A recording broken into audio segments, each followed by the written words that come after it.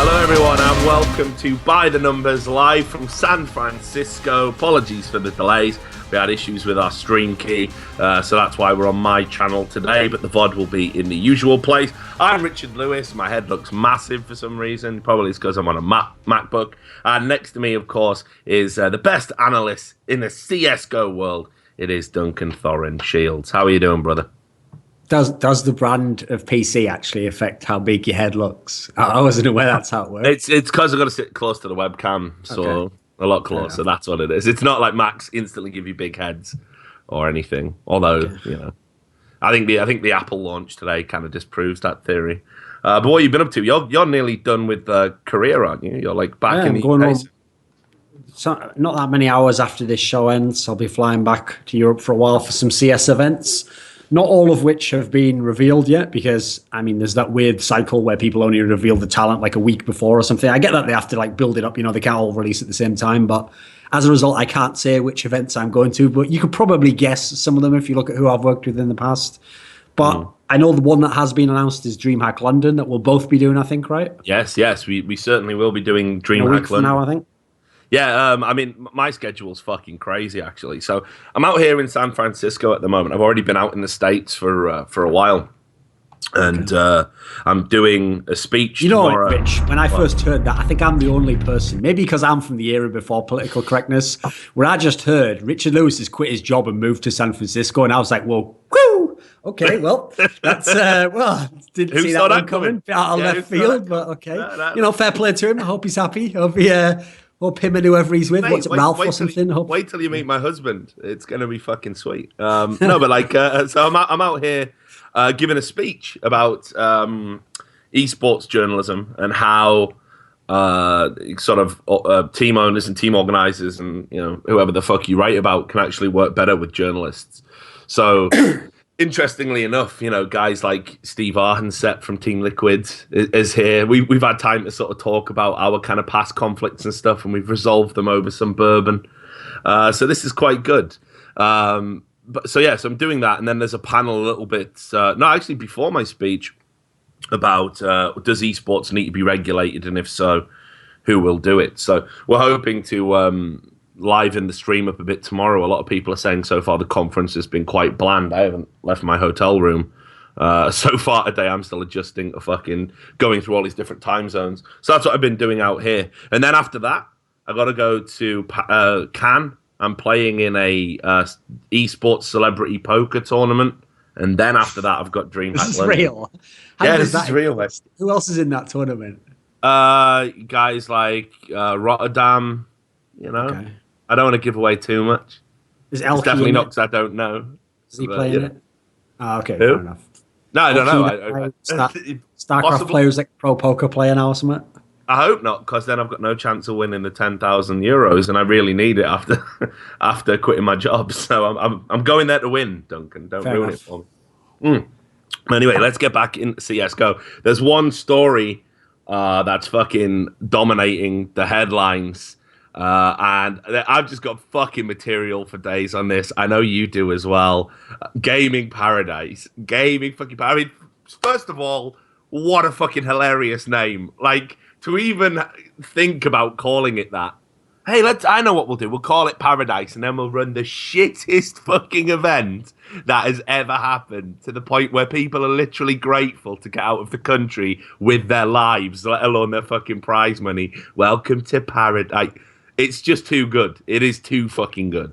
So where to begin with this? I mean, first of all, do you want to talk about all the shit stuff first, and then we go, oh, but Kingwin one, isn't that nice for them? Or do you want to just sort of get the Kingwin winning out of the way first? Because the way I look at it is, if you want to be critical of this event, all due respect to Kingwin, I don't think you can necessarily say this is a big win for them as such, because it was played in such suboptimal conditions. As much as I want to credit them, because I think they're all nice guys, I think you have to kind of say this wasn't a real tournament in a lot of ways. What do you think about that theory?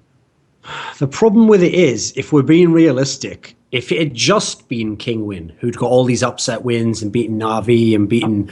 Who else was it they played? I think they beat Na'Vi twice, in fact, in 2 best-of-3s. So if they'd just done that, then it'd be like, okay, maybe Kingwin's just super sick, okay? But the problem is the circumstances of the other results in the tournament, which also saw a whole bunch of upsets. Like I remember, let me think, what was the other one? Titan beat Virtus Pro. The new Titan lineup beat the team who like almost won the last fucking major.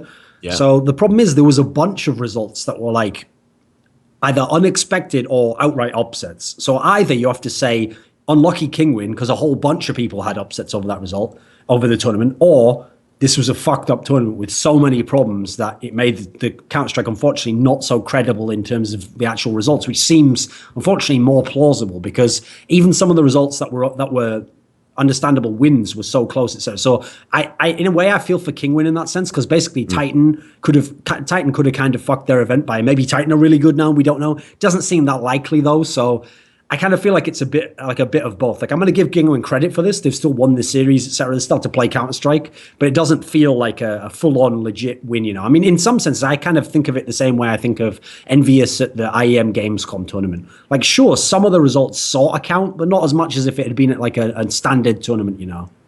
So, I mean, overall, don't get me wrong, I still think we can say forward progress for Kingwin, no doubt about it. I guess when an event is this shit, all the teams are locked into a war of attrition. All the teams have suboptimal conditions around in which they've got to play, and generally it's the team that's the most mentally resilient that always emerges on top here. But equally, there's another way of looking at it, and that is if you're used to winning and you're used to everything being optimal and perfect, it's very easy to go on tilt as a champion. So, I kind of see both sides of the fence, but I'm definitely leaning towards there's no way that we can realistically call this a serious tournament, given all the problems that it had.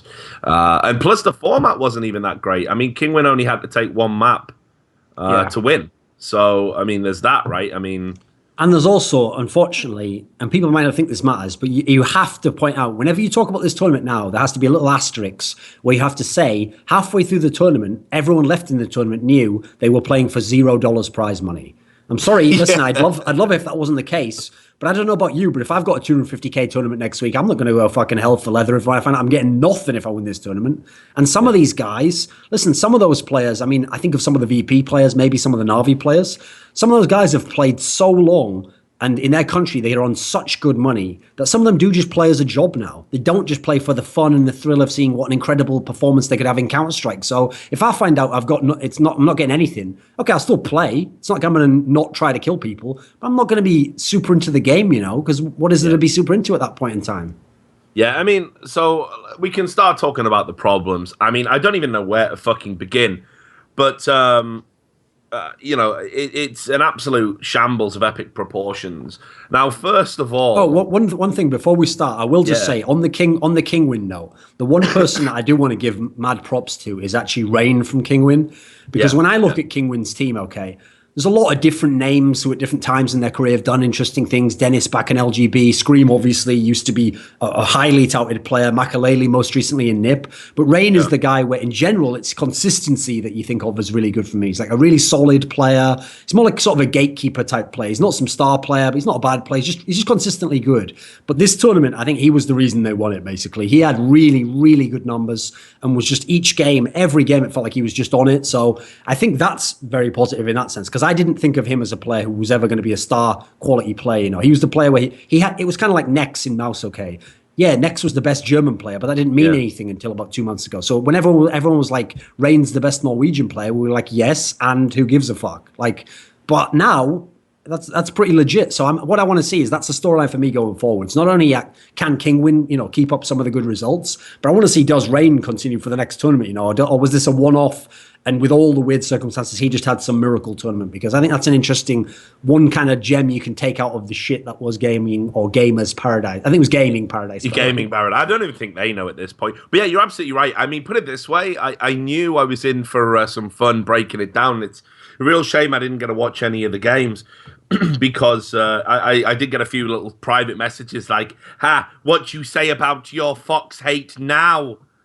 Dick sucker and shit like this, like kiss Fox's dick, and just like I was like, well, Fox has obviously had a good game at some point, What's great is I think I summed it up, Rich, where I just made a tweet that said this. It said, when a team that you said was good 6 months ago does well now, that doesn't mean you're right. It shows how wrong you were 6 months ago. Like, I think that's it, right? For Kingwin, most of the people who were like, see, I told you, it's like, well, you know, you guys didn't say this team was good. You said the one with Wheaton was good. So that's pretty different. And that was 6 months ago. So, you know, it doesn't really work in that sense. Like, if anything, you're showing us in contrast how wrong you were before. Yeah, and I mean, obviously, I had to mention Fox because if I didn't, then, you know, my obsession with Fox would be, you know, it would be Rich, just mentioning over. Fox is all that keeps you alive right now, mate. No, it does. Serial killers who are huge fans of Fox have to watch every piece of content we do about him, okay? So as long as they know we might mention him again in the future, they can't kill us because that will then mean that the word of Fox will no longer be spread. Exactly, like fucking the video drone virus, like taking over all the scuzzballs' brains. Long like, live the kill him, Fox. kill Sam, Rich. Give us Alphadraft, your Twitch channel. Give it. I mean, to us. it's true though. Here I am in gay paradise in San Francisco. You know, living the dream. And obviously, the thing that I'm thinking about the most is definitely Fox and Fox's level of performance and all of Fox's wonderful fans that took the time out of their day to send me such wonderful messages because he had a good game. So it's awesome, really. But look, one other player as well, just to throw in, is since Titan did a lot better than expected as well, when you consider, you know, Na'Vi, VP, all these teams are there. Actually, Shox was back on it this tournament as well. He was very good. Like, basically, the one hope that you had for Titan when they got this new lineup, which isn't very convincing as a lineup, you know, is that at least if Shox does well, maybe they have a chance. And in this tournament, he was very good. But again, it remains to be seen based on the major if that's going to continue. But that's the one other one I think's a positive to take from this event. Well, yeah, definitely. So look, let's get into the shit. Let's get into the real shit. So first of all, Thorin, I know you fucking love this. I know you love this. So there was issues with the PCs, and these issues emanated from the fact that allegedly they had these really awesome PCs that definitely totally played CSGO to the capacity that you would expect. I mean, it gets 100 FPS and everything, mate. You know what I mean, right? They had these wicked PCs, and they put them into a car, and the guy who was meant to be delivering them at the venue went, bet these are worth a bob or two. Fuck it. And he was just off over the green hills and far away in Slovenia. That's literally what we're being told happened, and that's why these awesome PCs never turned up. Now, I don't know about you, Duncan. I can't think of another event where the guy who is delivering the PCs has allegedly just decided to steal them and sort of maybe go pawn them, or, I don't know, maybe build a house out of them. I don't even know what the fuck he was going to do with them all. It does seem like either they were incredibly unlucky and this was a freak occurrence, or that's either just an outright lie, or whoever ran the event's incompetent. Because think of it this way. When in any country like United Kingdom, America, Germany, when have you ever heard of a story like that? I've never heard anything approaching that. I've heard of like stories of people lying about the prize money or exaggerating to sponsors. I've never heard of someone claiming something like that, like all the equipment was stolen. Like, it makes me think of two things, right? One, why was there no one from the event with the guy, like driving along with him? Like, if you're in a place where apparently it's worth so much money, all this gear, compared to what the guy's making for his, I don't know, delivery job, that he's willing to nick it, you'd think that you'd have some contingency plan there, you know, like at least have someone with him, like chaperoning the gear. No, you just let that guy just go with that stuff. Or there's a scenario where they presumably didn't even know this was possible, and they're just the most unlucky guys ever, which when you consider how much stuff went wrong, I mean, that doesn't seem very plausible, does it? It sounds like they were just incompetent. I don't think, I'll be honest with you, I kind of think, like your characterization, it was probably a lie. Doesn't seem like it could be real. No, I agree with you. I look, based on what players have told me, I obviously had a few messages. You know, my Steam window was popping up. But a lot of people felt that was just an excuse. That the sort of prevailing theory is that they never had the specification of PCs required to play CSGO, and they were always going to hire these terrible piece of shit computers that had like onboard graphics cards. I just weren't capable of, you know, actually playing the game at an optimal level. People were playing on 60 FPS and huge FPS dips at certain times, you know, especially when you were getting rushed. You know, the PCs just couldn't handle it. This is why epic spray downs were at a premium. And apparently, and again, I haven't been able to verify this. Some people were saying the PCs weren't even uniform. So some PCs were considerably better than others. But all were shit. But I should say, but some were less shit, if you follow my thinking. So, in fact, actually, there was a translation from one of the mouse sports managers, which was posted on the German website 99 Damage, which, I like the crew over there. They're all good guys. And I'll read it to you. You'll like this, Duncan. It's like some guys wrote a fucking suicide note and just put it in a bottle. Like he's stranded on a desert island.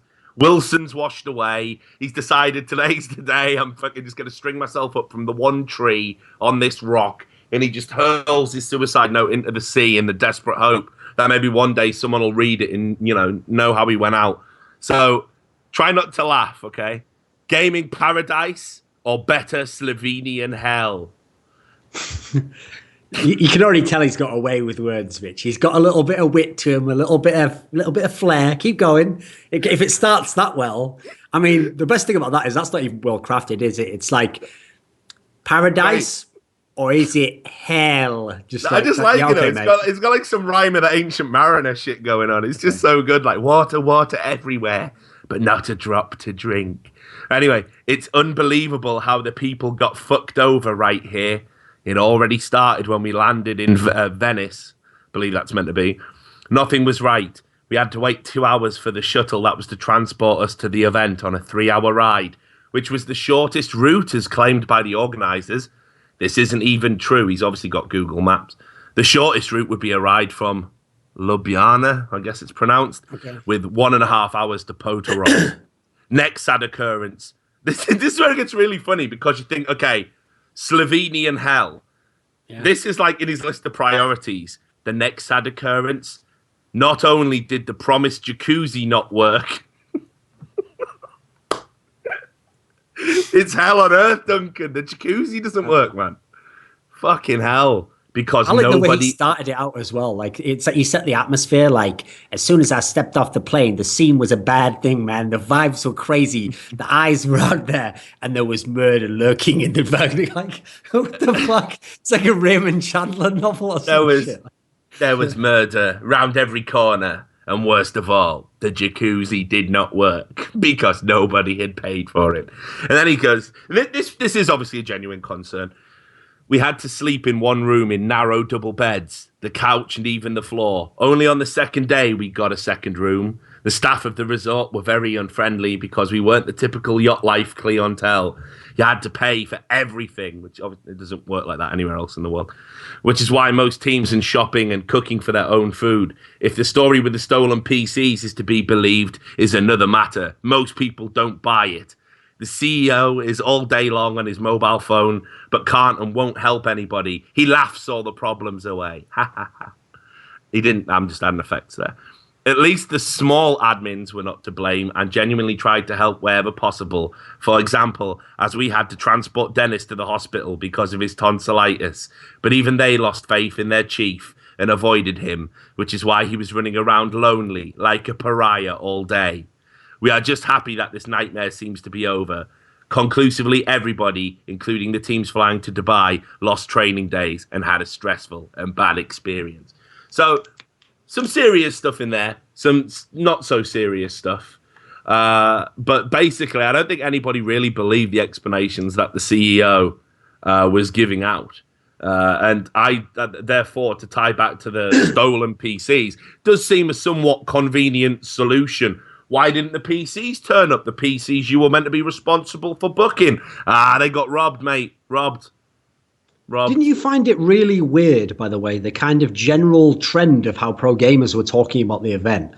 Think about the pro gamers we've met, Rich. Some of pro gamers are the whiniest cunts you will ever meet. This is why one of the downsides of a player union, by the way, is that the second a player union is formed, we will have lockouts and events that don't go ahead over the most minor details that the players want, like give us even more of the prize money, like, and everything should be free. They'll go the other way, right? They'll try and push back beyond a reasonable level, you know. So the problem is, normally normally players will complain about anything, but actually most pros who were at this event weren't complaining much. In fact, there was this weird sub-trend of them saying stuff like, well, at least there's a pool. Yeah, I'm enjoying it here, actually. You know, I mean, the event's not going on. There's no PCs. There's no money. I've wasted my whole time. But they didn't mention any of that stuff. They were just like, well, you know, no point making drama, is there, guys? There's a pool here. There's a nice pool. It's like, that was weird. That was almost like they were in cahoots with them or something. Yeah, Bialy did that, didn't he? They were like, are you okay, Bialy? And he was like, he took a photo of just his foot out the end of a jacuzzi, and he's going, yeah, I'm fine. I'm good. So look, no, I agree with you on this point. I say with great power comes great responsibility. I think the last thing we would want is to get a union up and running and then to utilize that for like really trivial disputes, you know, like Get Right wanted sugar in his coffee, and for 3 days, you know, for 3 days he didn't get it. He had to put his own sugar in. You know, if it was shit like that, that would be ridiculous. But this goes on. I mean, this is the tip of the iceberg. So just to get back to our CEO friend, the other issue, of course, was that they hadn't paid for the hotel rooms. So you've got 17,000 euros worth of unpaid hotels. And, of course, the hotel, as all hotels will do, they believe that the person staying in the room, bizarrely, is the point of contact to talk to about paying any outstanding bills. Let's not forget, as you and I know from every event we've been to, every event we go to, we don't even book the hotel room and it's all paid for by someone else. But every event you go to, doesn't matter, not standard policy in majority of countries is you have to give them a credit card anyway in case you trash the whole room. So actually, you're fucked if they ever, like they could, if this happened to us, we'd have just been carrying the bag, you know, for it. That's another weird thing though, Rich. Why were players not up in arms on Twitter about this? Why are players not like, my whole hotel room wasn't even paid? I mean, that whole thing about, well, at least there's a pool. You're paying for the pool, you daft cunt. You basically just went on the shittest holiday ever. You had to play CS on crap PCs half the time, get wrecked by Fox. How are you not complaining? I don't get it, mate. How are pro players not complaining right now? At least there's a pool. You paid for it, downer. Yeah, but this is what I'm saying, though.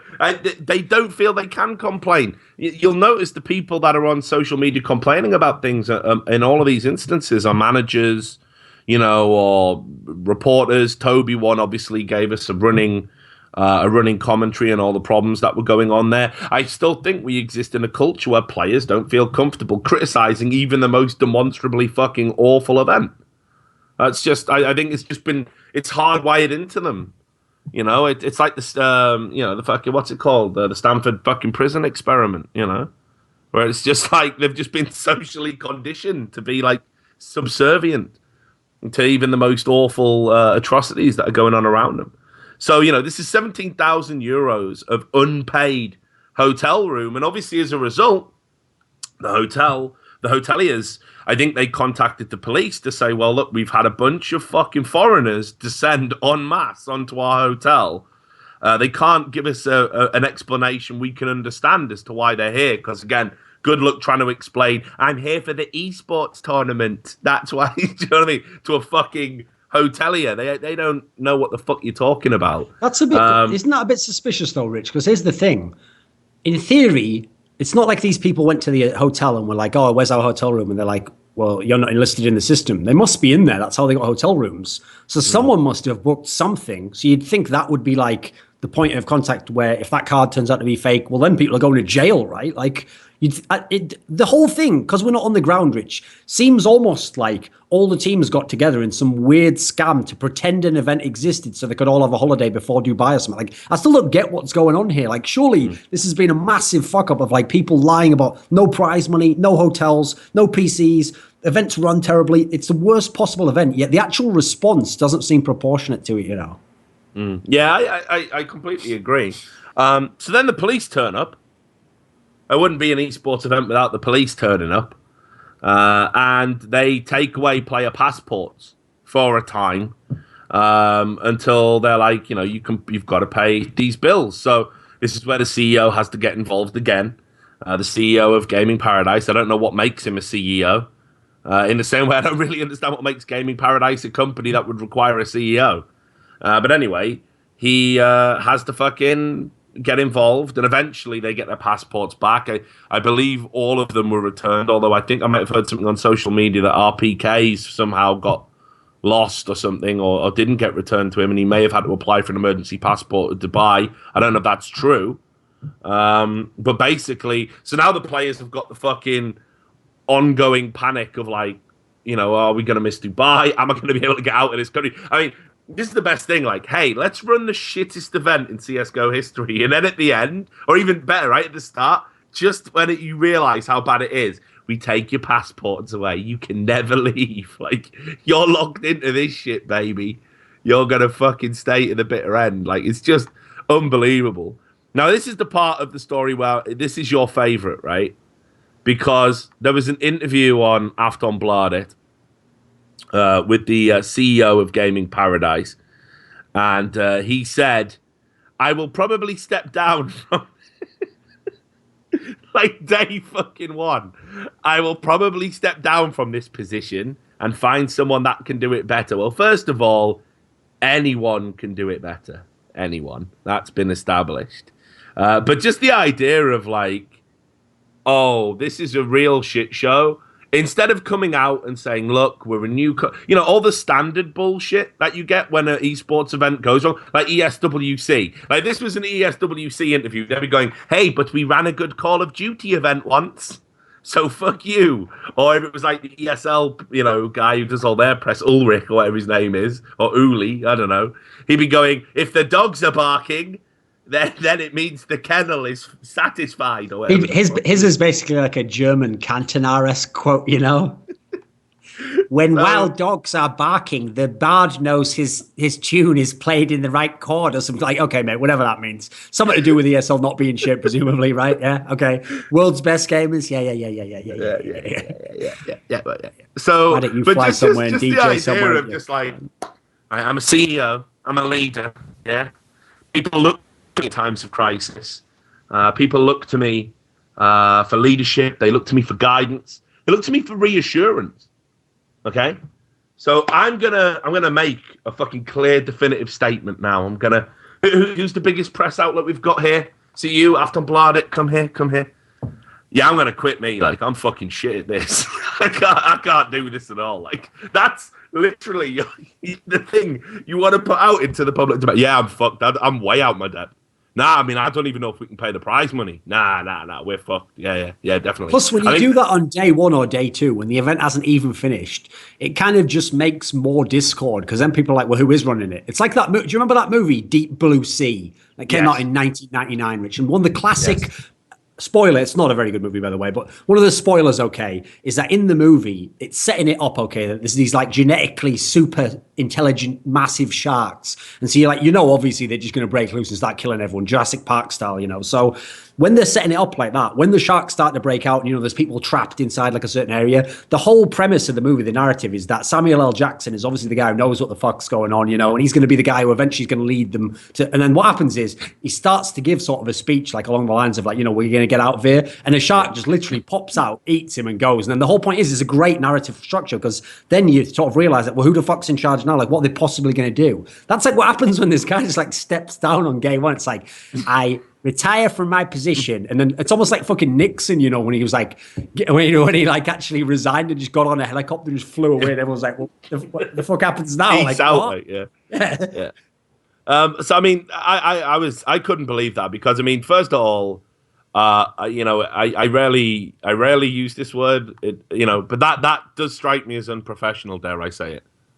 That for me, like, the time to be doing that is right at the fucking end, like when you're doing the debrief, you know, of the event, and not part way through, when everybody's already got the fucking jitters and your staff are looking to you, you know, like players are looking to you for guidance.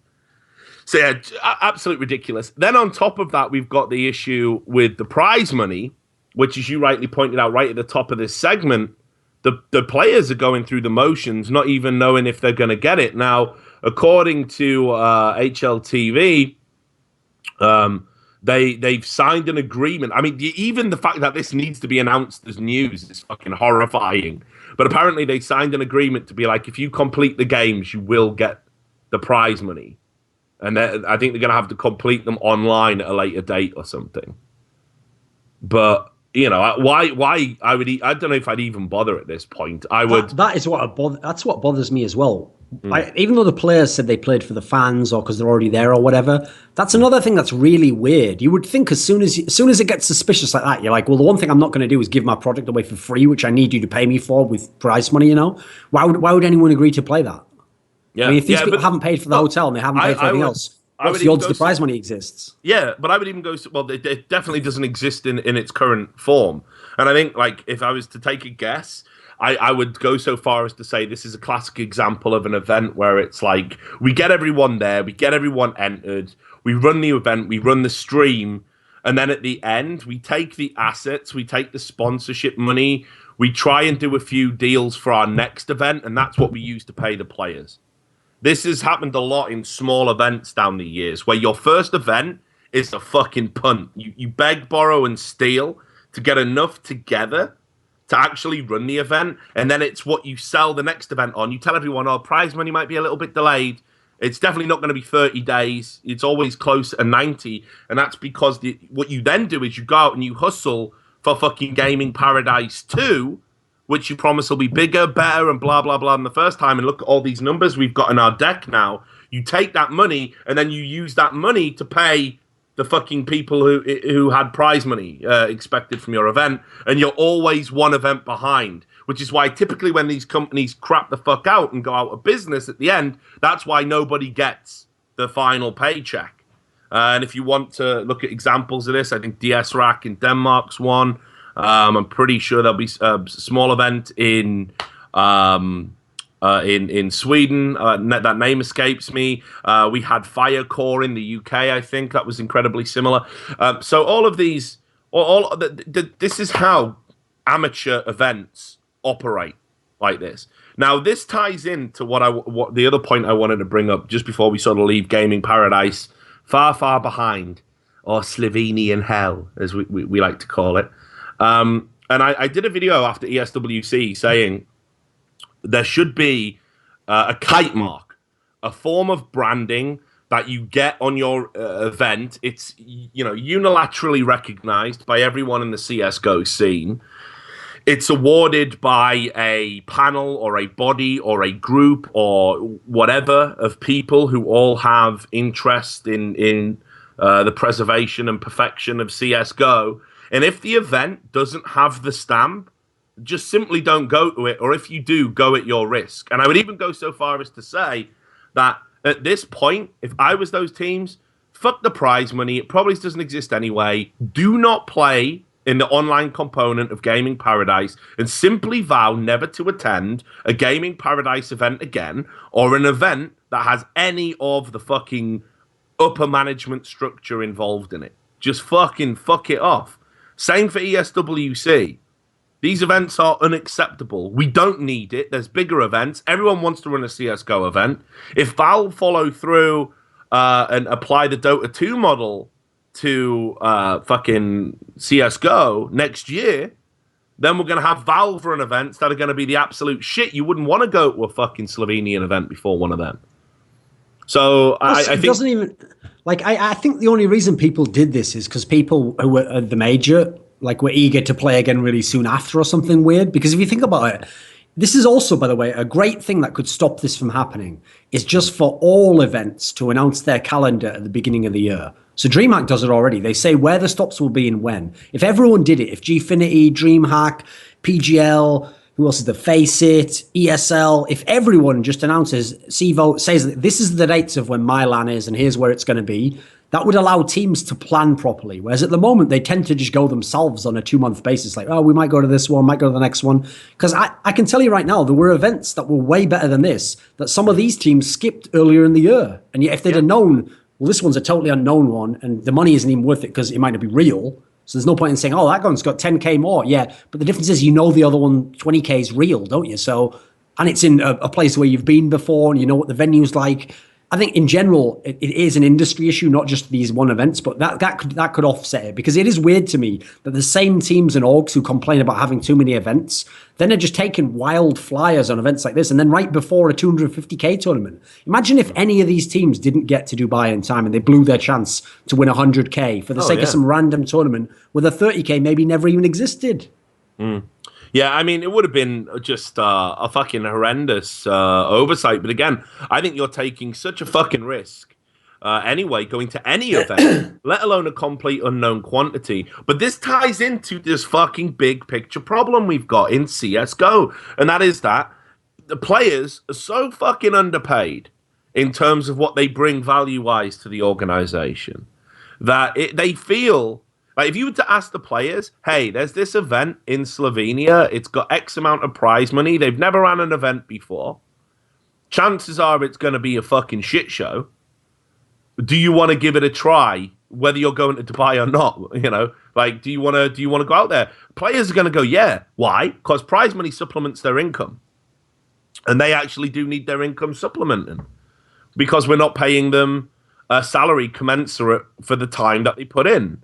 I can't think of, there's few jobs, even in athletic circles, that require the level of practice and dedication, or rather there's the expectation that you will play X amount of hours, stream X amount of hours. You will live in a house with your 4 other fucking teammates, and a coach and an analyst. There is no rest from the game. Oh, by the way, we're paying you, in the best case scenario, moderately above minimum wage. And certainly if you were to look at it in wage terms and work it out per hour, it would almost certainly work out as below minimum wage on a per hour basis. So I think this is why players almost feel compelled to go to tournaments. If we were paying them these, like, not exorbitant salaries, but as I say, salaries commensurate with what they put in, I honestly believe that they would only attend the big events. Simple as that. And events like this would be for tier 1 teams, tier 2 teams, which would actually work out better for the ecosystem as a whole anyway, because they'd be getting the, hopefully existent prize money, and that would sort of, create some sort of sustained growth across the board.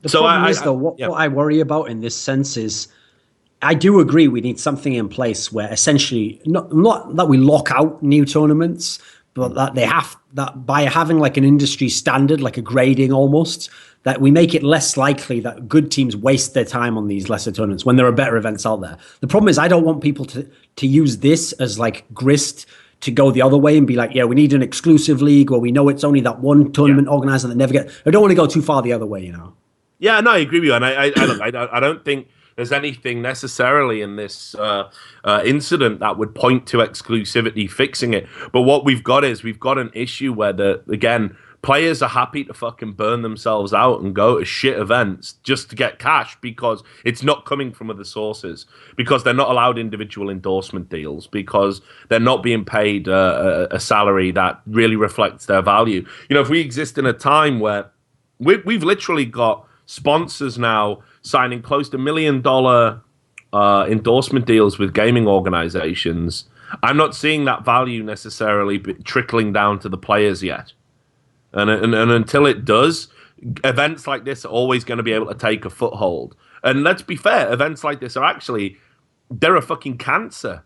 They literally are. They are a fucking cancer on the Counterstrike scene.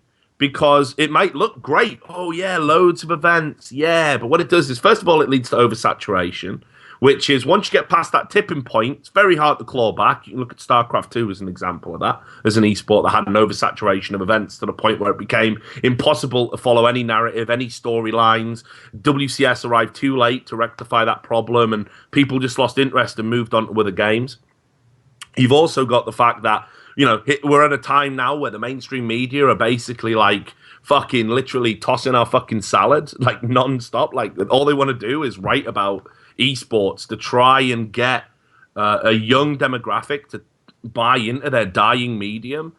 So they want to write about all the big stories in esports. Now, those happen to be the scandals Those happen to be the sensationalist aspects. That's why you've got Forbes just the other day, saying, does esports have an underage gambling problem? We asked Sir Scoot Smith. It's like they didn't really ask him. But, it's like they jump on the sensational aspects. Now, if events are going to be run to this standard, while we're trying to project this air of, look, we don't need you, we're professional, and then let's say a journalist went along to Gaming Paradise. What the fuck would they make of it? What would they write about us? How would that impact on investment? So events like these need to be stamped the fuck out. Literally stamped all the way out. ESWC, Gaming Paradise, fuck them. Nobody should go to those events again. I would even go as far as to say, if you are supporting those events, you're actually kind of endorsing people using CSGO as a cash grab and treating it with absolutely no respect whatsoever. That's the end. This is where you jump in. Gaming Paradise segment. This is where you meant to jump in and tell me I'm wrong. So, okay, so here, there's another event around the corner. ESL Dubai. Are you going to be there, Duncan? Are you going to be in Dubai? Sadly, I'm not. Sadly, Dubai is one of those countries, Rich, that I try not to go to. Why is that, mate? Because I'm secretly homosexual and like to be brazenly about it in public. So don't want to be killed, mate. So there's that. There's that. But I thought ESL were against any form of, xenophobia or prejudice. Unless you really have a lot of money for a Counterstrike tournament, then we can talk. Right. It's business, guys. Business. Yeah. Right. I suppose business is important, and principles can't really get in the way. If me being on their analysis desk brought 250K to the tournament, Rich, I'm pretty sure they'd find a way to make it work. So. Have you ever tried, mate? I've seen your Alphadraft contract. You get that a show, don't you? Yeah, that's the other thing, Rich. I hadn't actually thought of this, but the problem is I think I'm going to have to turn down that sort of veiled offer that you made from ESL there, Rich, that if I just took my criticism down a bit, maybe we could work together. The problem is, if you actually calculate, ESL only has 2 majors a year. If we think roughly, what my fee would be for the 2 majors, they fuck up a lot. Now, every time they fuck up, I can put out a video and that's like, ching, like a little, $50 in my pocket, keeps my sponsorship going. I actually think the amount that they fuck up, ratio-wise to how many events they hold, I might actually make more money criticizing their shit moves. So, I don't know, mate. The numbers aren't adding up. What can I say? It's called by the numbers, Rich. So, they've got to make the numbers add up. If they want me to compromise my morals, as they have by having an event in Dubai and showing they don't care about human rights abuse and, basically Sharia law being implemented against Westerners, if they want to, go ahead and do that, then I'd also need to see, some big money, So, you do live your life by the numbers. Have you ever thought about, taking your... why don't you sponsor an ESL event? I don't like to associate myself with any kind of xenophobia or, so that's the problem, Rich. Let's come full circle. Look, I'm going to pay, I don't know, $100,000 or whatever to have the Thorin stage. That'd be fucking brilliant. You should do that, man. I know you must. Pro is never allowed to play on it. Yeah. God. I said yeah without that would be the test, right, Rich? Oh, no. If I put up enough money, would they agree to that one term? See, we'd be further in esports, which would be more money in the scene. There'd be and for no reason, Rattlesnake is allowed to sit on there anytime he wants. Yeah, just for no reason. Keep that stage for Britain. Right, so just in general, though, I saw you had some back and forth with the ESL guys prior to this event. I know you did a video about it, which I enjoyed very much, especially when you did your Zipnik's impression. And you were, I don't fucking care if Zipnik sees the fucking the town. I don't care, mate. I care about the Counterstrike, me. So I did enjoy that. I haven't really done it justice. But they've subsequently made some changes. Again, I don't know if it's based on your criticism, but ESL seem to have really... this event, from how it started to where it is now, it does look like... I don't know if they're taking criticism on board or where they're doing it, but they have continually changed the event based on backlash, it feels. Do you agree with that? Anyway, if they deny it, then I'd question the veracity of those statements, because look at it. They basically directly admitted that they added TSM and Titan because of the backlash of TSM not being in there, because of their rankings being shit. And then it's pretty obvious that they did add these best of threes because everyone made such a backlash about the best of ones. Because the whole point is, initially when people brought up the best of one issue, they kept saying like, we have to do it this way, time constraint. They didn't say, well, we'll look into it. They made it quite clear. Like, in fact, wasn't there even a tweet, Rich, that literally just said something like, well, if you want a 250K tournament in Dubai, it has to be like this, otherwise don't watch. Like, yeah.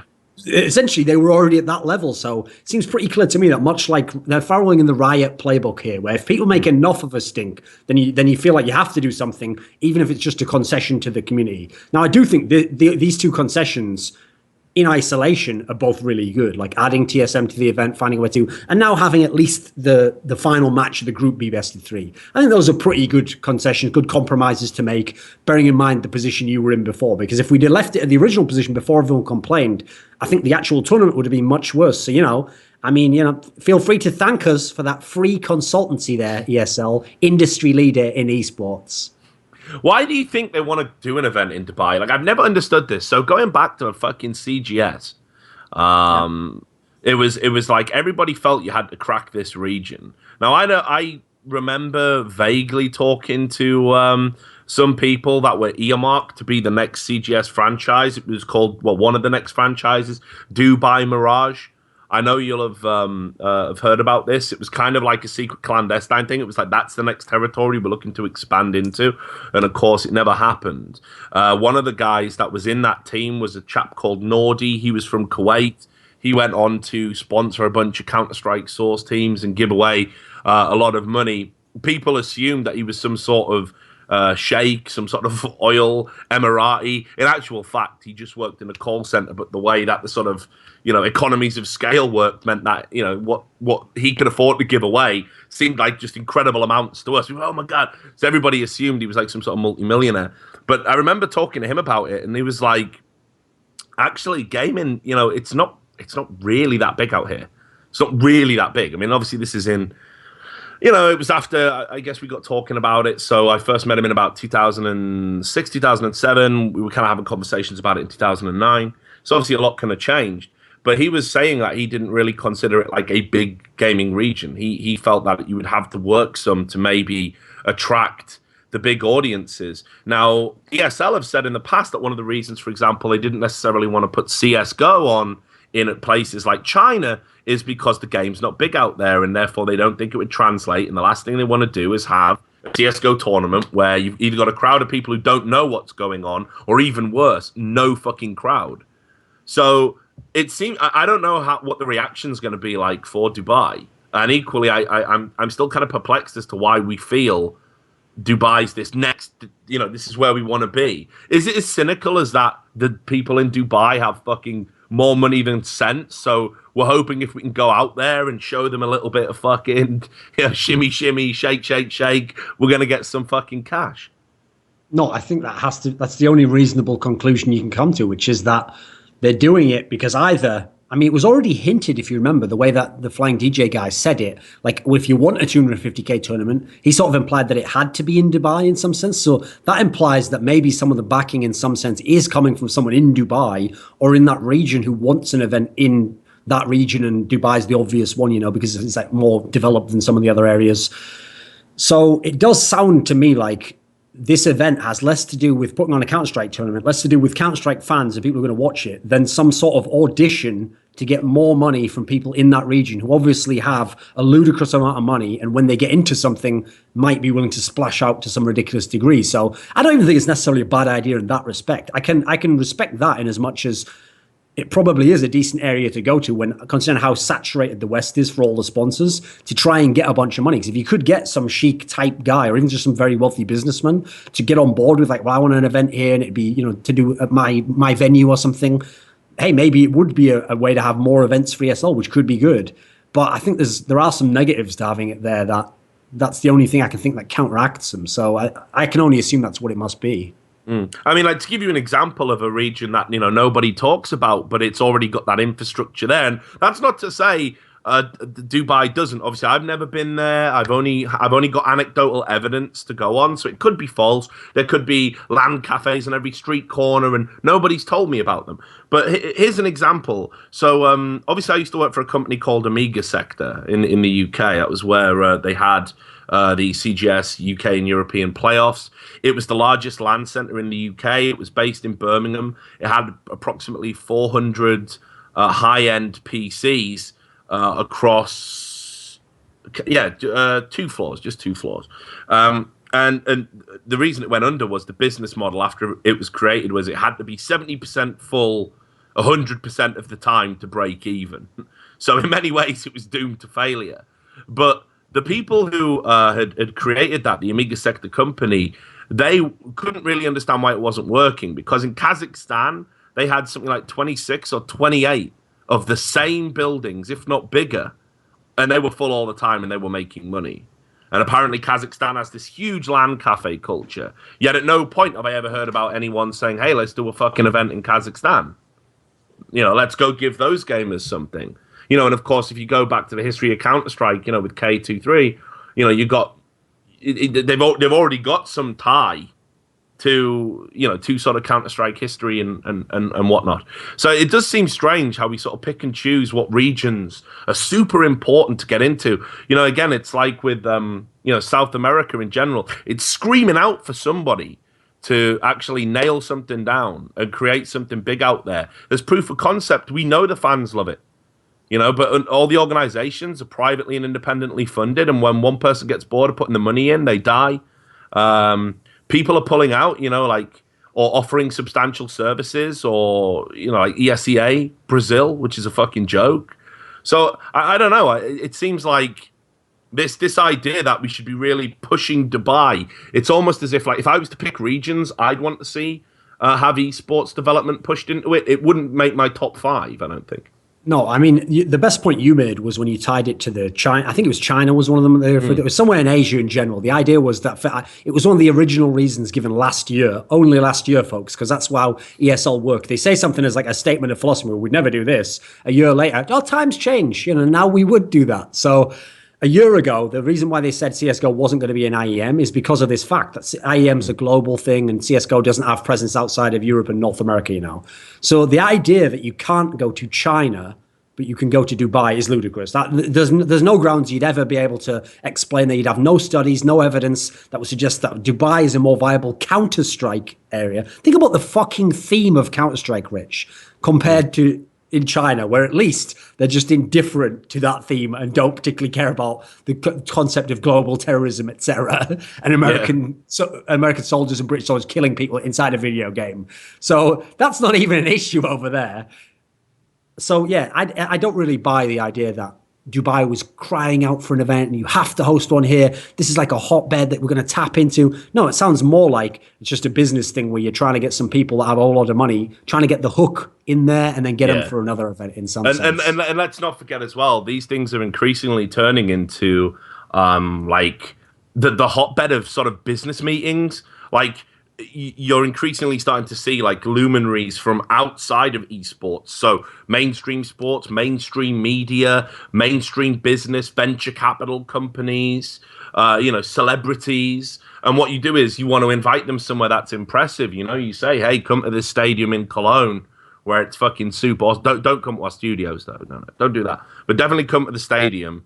And we'll put you up in a VIP lounge and all that, and it's really impressive. And obviously, Dubai is a ridiculously impressive place in terms of, you know, architecture, infrastructure. I mean, those guys don't give a fuck out there. Like, I've heard there's like fucking racetracks where you can just drive a gold-plated Ferrari around or whatever. It's just like, what? You know, there's no fucks given. You know what I mean?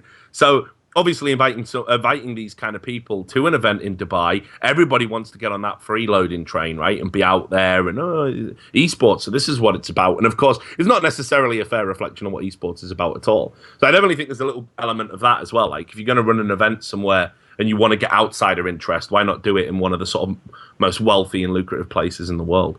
Talking about the teams that are in attendance, then, which are EnVyUs, Cloud9, Virtus Pro, NIP, Fnatic, Titan, TSM, and Na'Vi.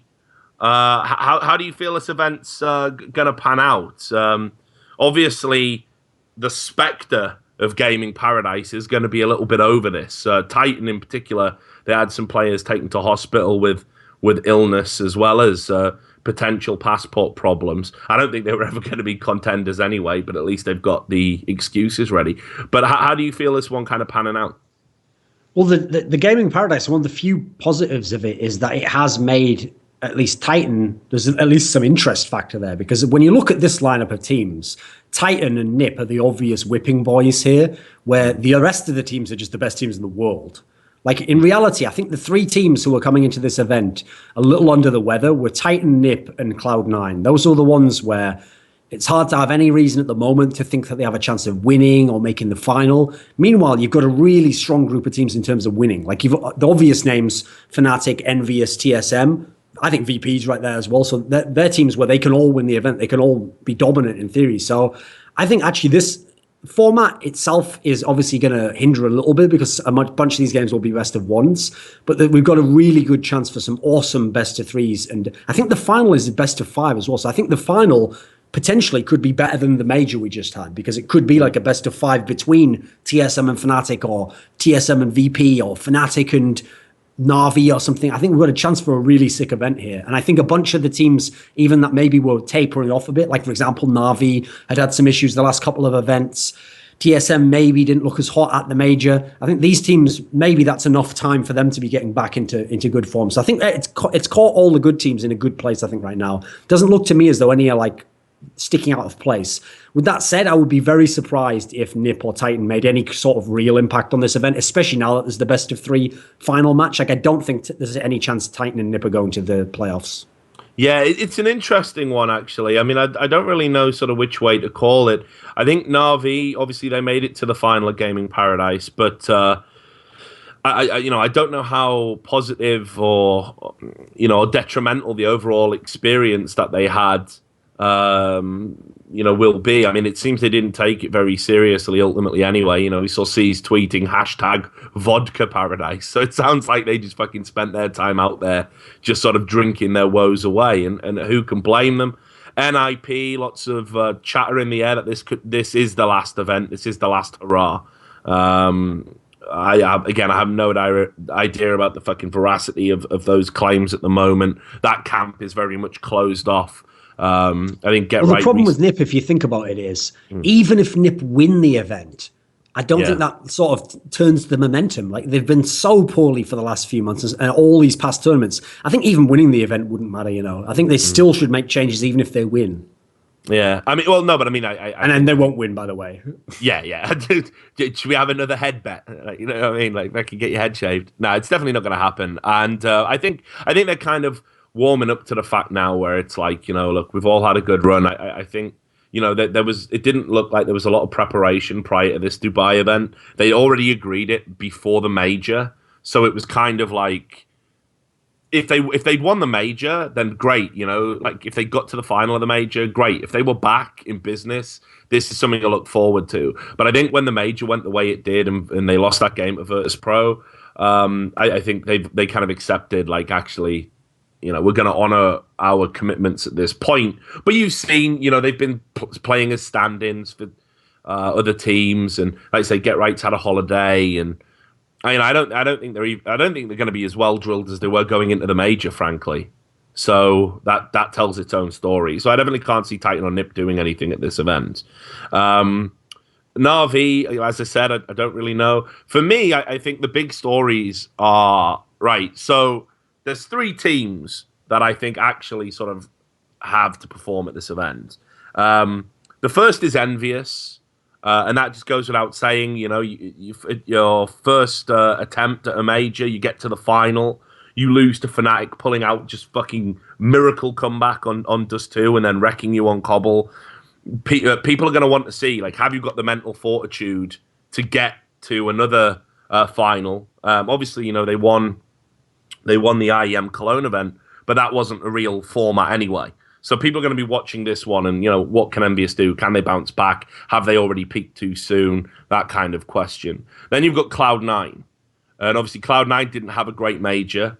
And a lot of people are going to be like, well, you had that run where you hit 3 finals. Was that the peak of this lineup? And I know this is a point you've made yourself, where it's like, look, if that is the peak, and it could be, you know, there's no guarantee that just because you start getting to finals regularly that you'll ever win a final. To even think that is absurd. There's so many sporting examples of people who are perennially second place despite having so many cracks at a final. Hell, I'm a fucking Newcastle fan. I can remember, you know, we finished second place in the league, you know, 2 years fucking running. We went to 3 FA Cup finals. We lost every time. Doesn't, you know, having the opportunity present itself frequently doesn't mean you're ever going to be able to convert one of those.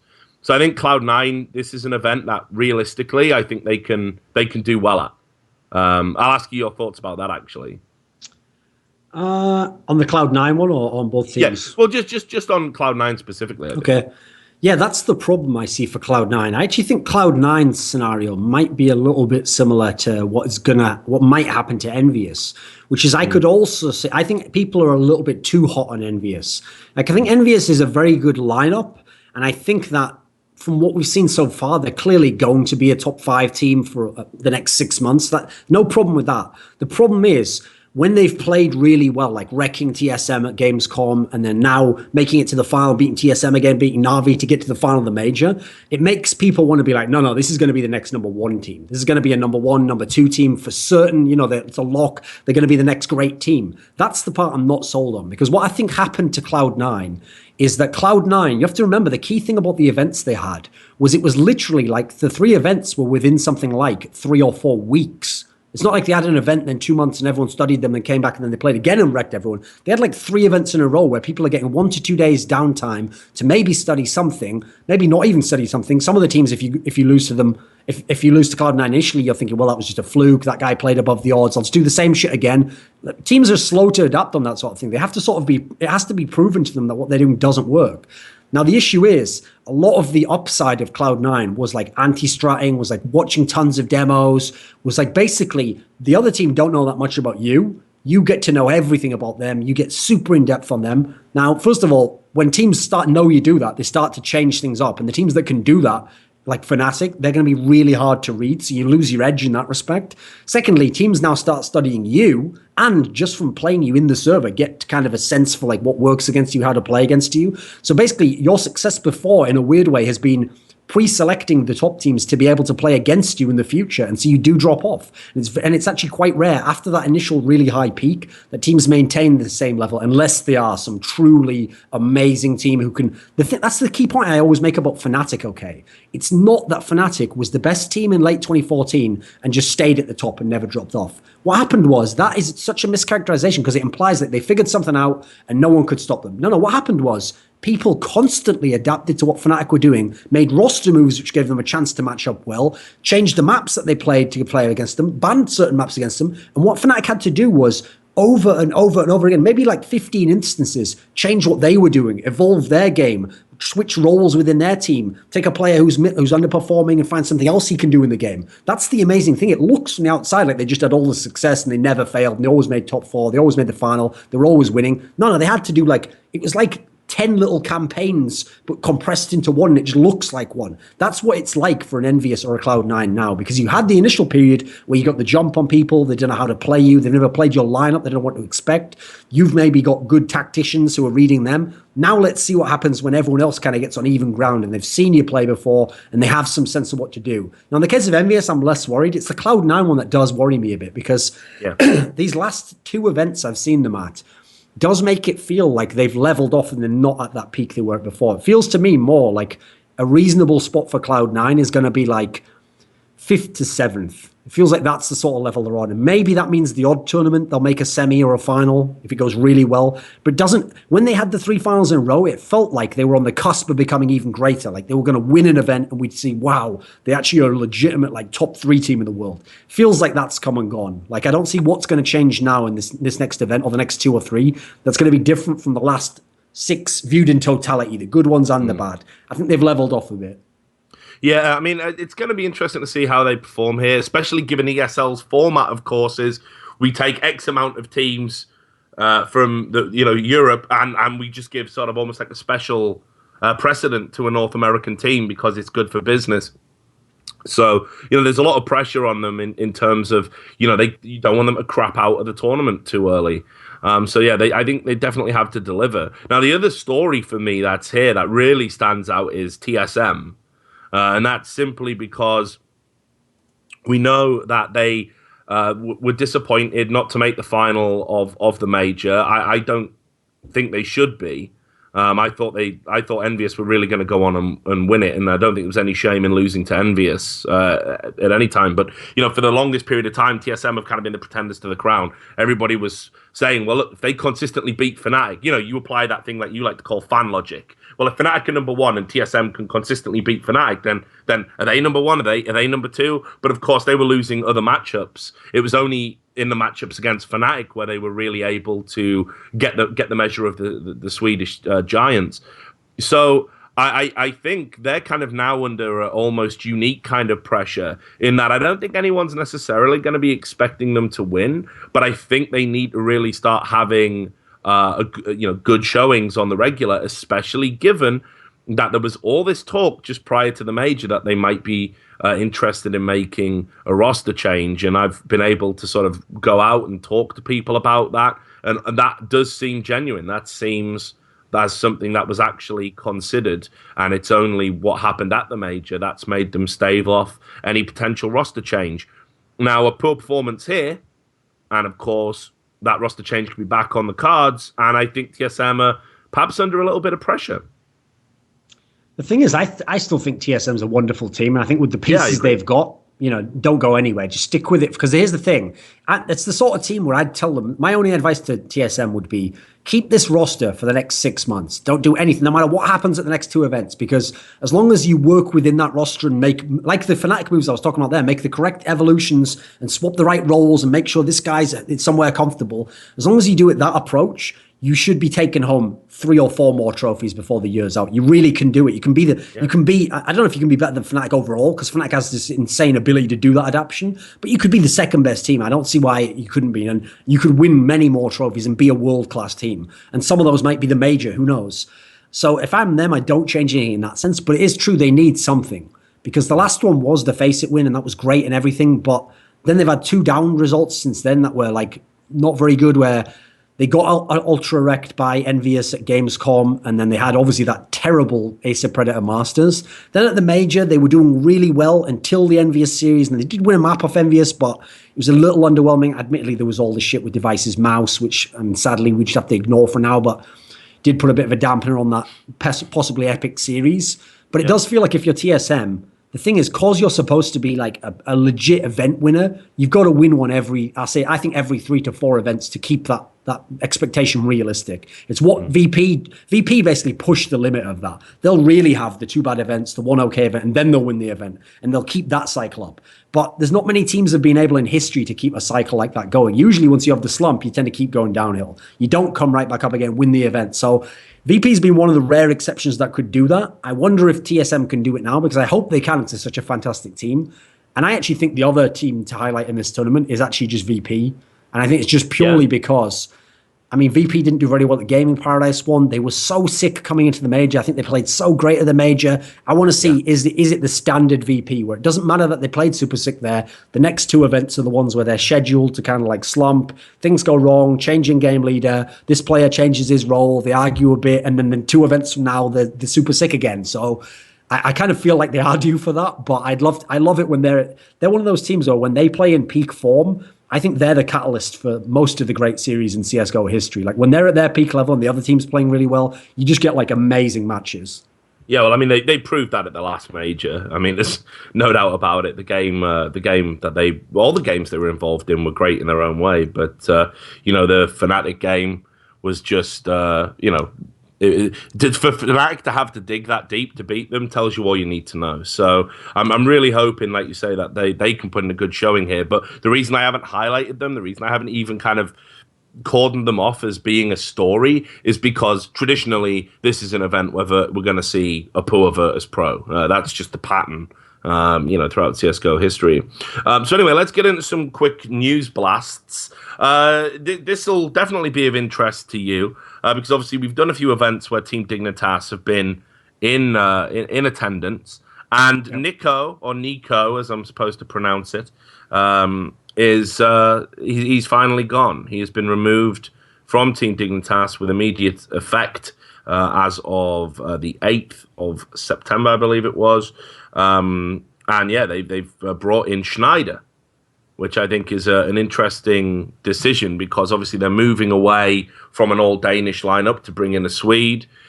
Schneider's been really good during his stand-in spell. You know, he stood in for Killerfish at Team ESEA, had a brief spell with Penta. I think he stood in for Kingwin. But he hasn't been part of a team since Property. So what do you think about this change? I mean, I know, first of all, you definitely felt Nico was the weak link in Dignitas anyway. I don't think it's even debatable at this point. I mean, Nico himself, from talking to him, he knew he was the weak link. Pimp even said on my podcast, like, we all know Nico's got these problems, like, we hope he can overcome them and stuff. It's not even like it's not like a Nip thing where people are in denial in the team. And they're like, well, you just don't know what it's like in our team. We put him in special roles and he just doesn't, you know, for the layman, it's hard to tell what he's doing. You know, none of that bullshit. People just outright were like, yeah, he's having problems. We hope he can get over it. If he doesn't, then, you know, we don't know what we're going to do, but we're just praying that he does. This is an obvious move for me. Like, I've even said in the past, with no exaggeration, some of the events where Dignitas did well, like where they made the semis of that Gfinity Summer Masters 1, the one where they lost to EnVyUs. When you looked at the performance, everyone was performing in their role except Nico. Like, it's not even a joke that they were almost playing 4v5 and they almost got to the final of this tournament. So it's one of those ones where you're not even gambling by taking them out the lineup. You're just potentially making the team better, if not just the same, surely. Because I'm sure someone else could go in there and feed and buy ops and get no kills. Like, there's not even a specialist task to fulfill here. I actually think this pickup is great. There's one problem I see with it, which is, I don't know, no one's mentioned this, but I don't know if Schneider can speak Danish or even if he has any kind of issues there. So maybe slightly that could be an issue because Dignitas, in theory, is one of the more tactical teams and have like a system there. With that said, Nico wasn't contributing a whole lot anyway. So I think this is a great move. Like, I actually have said repeatedly, whenever Nip, we bring up that topic, I've always said, I think Schneider's one of the guys they should have considered for Nip, you know. I mean, it'll be funny, by the way, if Schneider now comes into Dig and does well, and Dig, as a result, does take that leap up to like top 5, top 6 team, because it'll be another case of Nip waiting until someone else picks up the player they could have gambled on, proves he's not a gamble, proves he's good, and that'll be too late for Nip. They won't be able to get him, just like an Olaf M. Krim scenario, Dennis, go through the list of names, you know. There's like, the reason there's never anyone left for Nip is because they're never willing to get anyone until the person goes elsewhere and proves that he's really good, which is like, you've got the cart before the horse there, guys. You have to take the chance on him first. Yeah. So I actually think it's a great move for Schneider.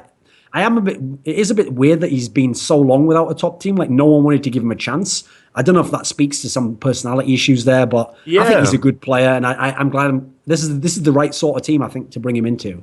Well, I agree. I mean, let's not forget he was one of the names on the shortlist when NIP were trialing, you know, for their famous 5th before they went with Makalele.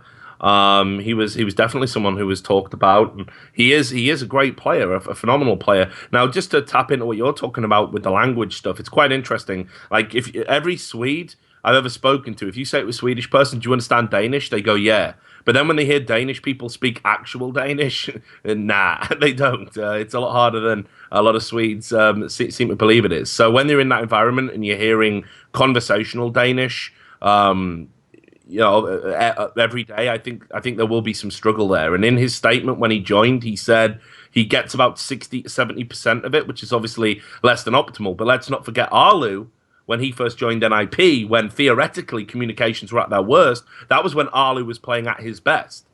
So, I mean, there's like, it's a completely different team, different set of circumstances, but it almost kind of flies contrary to the idea that, you know, if you're not at 100% of communication levels, you can't be a good performer. And I think they'll definitely get that reasonably quickly. The other interesting thing is, of course, Schneider's not a designated AWPer. So I don't know what this does to the team. Like, who's going to pick up an AWP for them? Do you have any insight into that?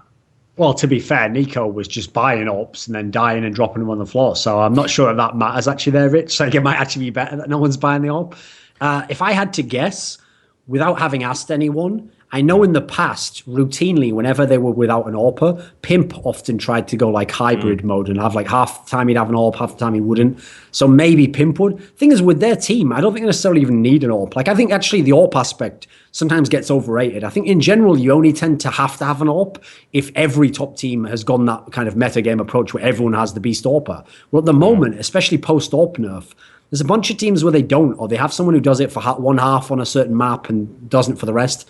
I think you can see, if you look at the top teams, a lot of them can work without having a dedicated AWPer. And I think Dig could be one as well. Yeah, well, I hope so, because it's like you know this yourself. First of all, Pimp, he deserves a team that's capable of delivering. I think they've got young players there as well, Kirby and AZ, where it's kind of like, you want them to kick on to that next level and actually do something and kind of show that the Danish scene is this super strong pool of individual talent. Maybe Schneider can be the missing link for Team Dignitas.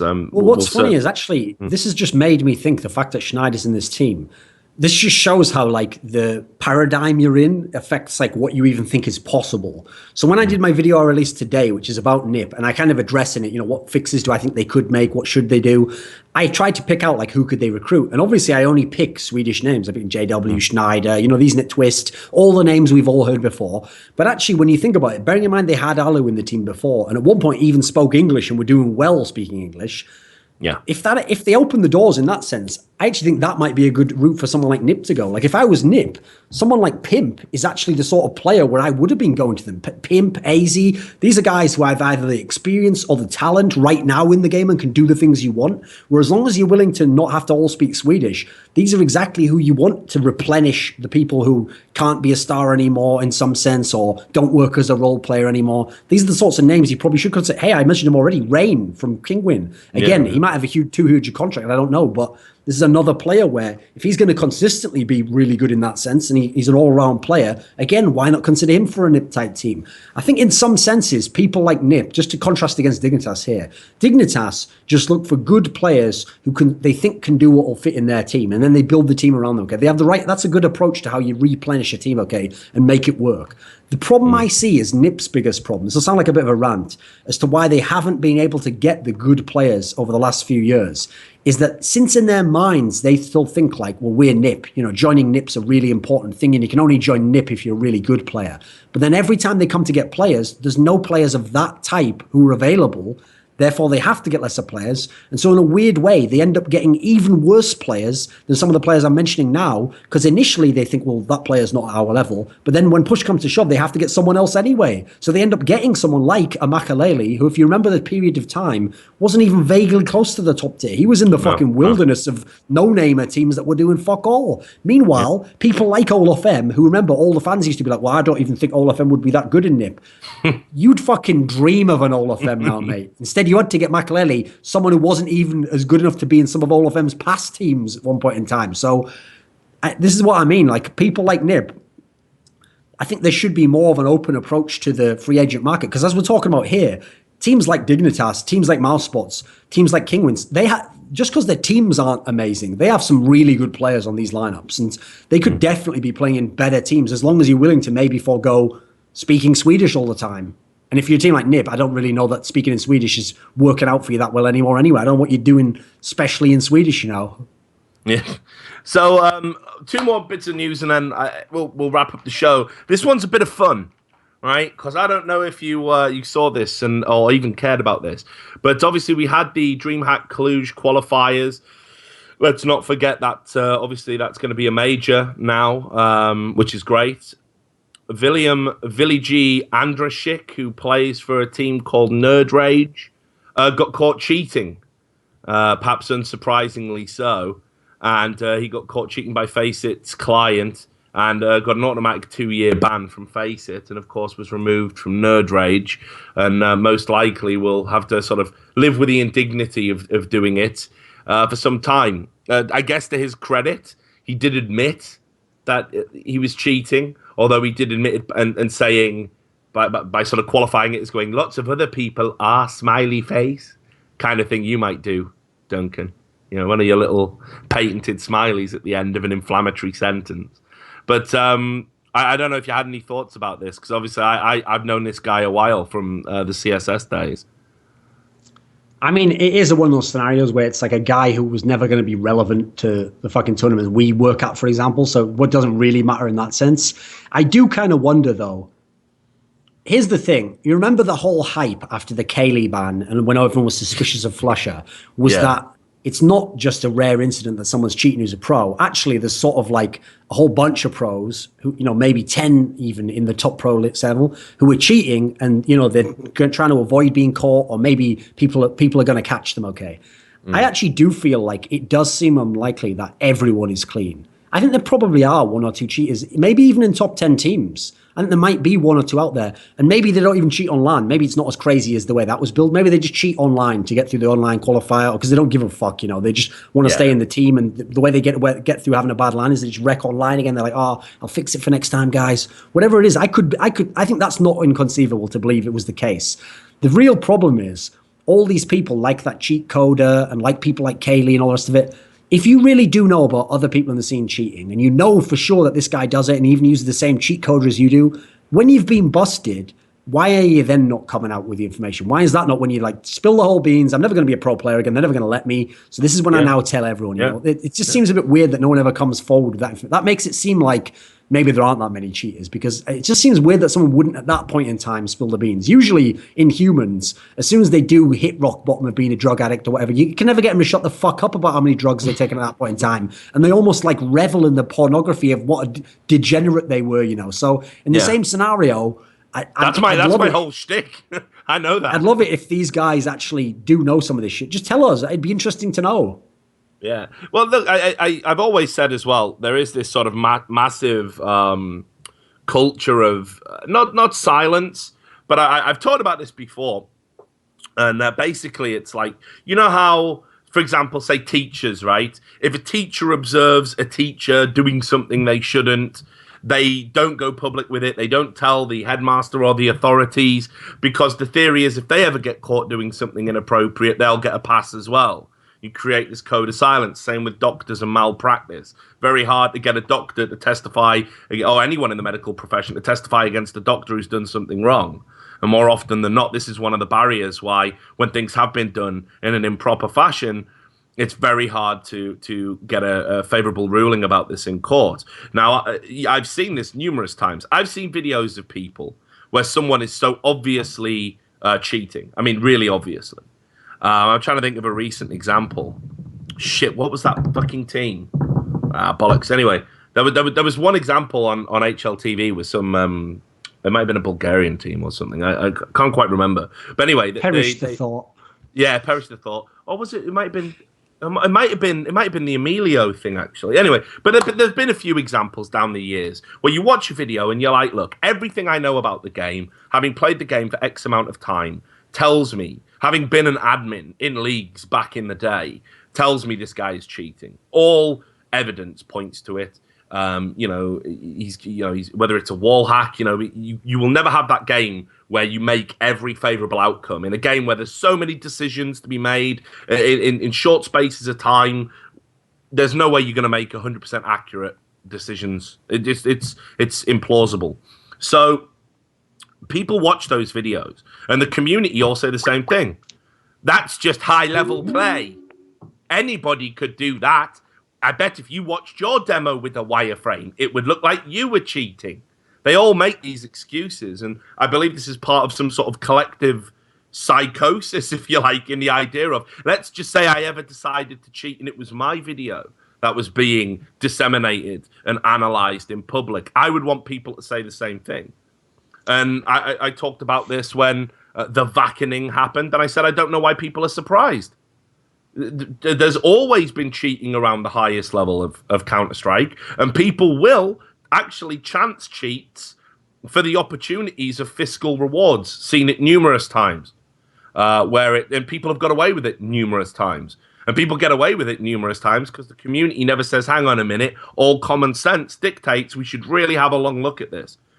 But What's funny is, like something that you've kind of tapped into here is actually a more interesting topic in the sociological effect on everyone who isn't cheating. It's like there's a famous Timothy Leary quote, right, which is a great quote, okay, that said that LSD sometimes causes schizophrenic behavior in people who've never taken LSD, because the way that people reacted to other people having taken LSD, as in like the outrage and trying to lock them all up and going absolutely nuts to them and like these people must be stopped, they're the absolute danger to society, was itself incredibly ridiculous behavior, you know, yet those were the people who hadn't taken the drug. It's almost like that with cheating, because the problem with the cheating issue is nothing changes. The cheater, or the suspect, we'll say in this case, to use the old Overwatch terminology there, the suspect does whatever he does, and actually it's how we perceive it that changes what happens to him and what the end outcome is. Like, for example, I don't think that all those pros who either outright said, like Shocks, or in a veiled way implied they thought Flusher cheated, I don't think they ever went back, watched the videos again and went, oh, I was actually wrong, and I've come to, after reflection, I realized. I think the reason why none of them ever say it now, and actually in their own mind have convinced themselves they don't think he was cheating, is purely because they've realized if he was cheating, he's never going to get vaxxed now. Yeah. He could have stopped now. It's too late. No one will ever get it. And so it's the idea that you're so helpless that there's almost no point saying he cheats anymore. And then you're going to have to meet him again and again. You're going to have to meet his teammates who were friends of yours. That makes people just be like, I'll just say he didn't. Like, I'll just decide he didn't. It's better to live in a world, in my mind, where he didn't. And so they've almost like done the Men in Black shit on themselves. And now they just don't think he ever cheated. Even though I know some of these people behind the scenes were like, he definitely cheats. This is bullshit. He has to be stopped.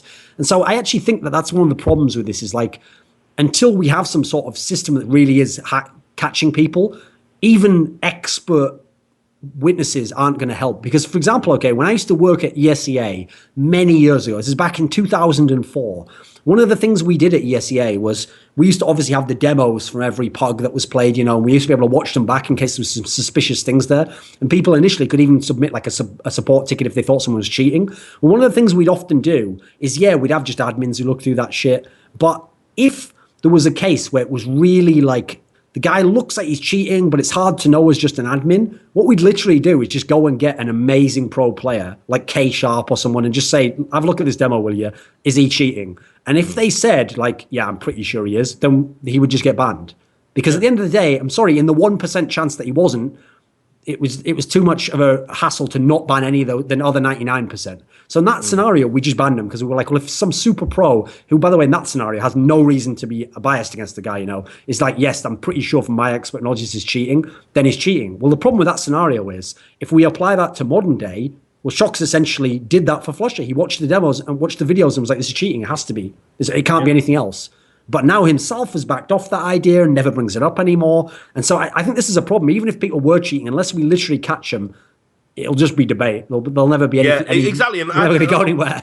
And this is what I mean, though. It's almost as if, look, so I've always advocated for the idea that common sense, like if it looks like bullshit and it smells like bullshit, it's probably fucking bullshit. And bullshit, it's not chocolate dip, is it? You know what I mean? So I've always advocated for like the common sense approach when it comes to cheats. But equally, I think when you're dealing with someone's career, you need absolute cast iron evidence. Now, unfortunately, anti-cheats are so deficient and are so far behind. I mean, because by nature, they're reactive.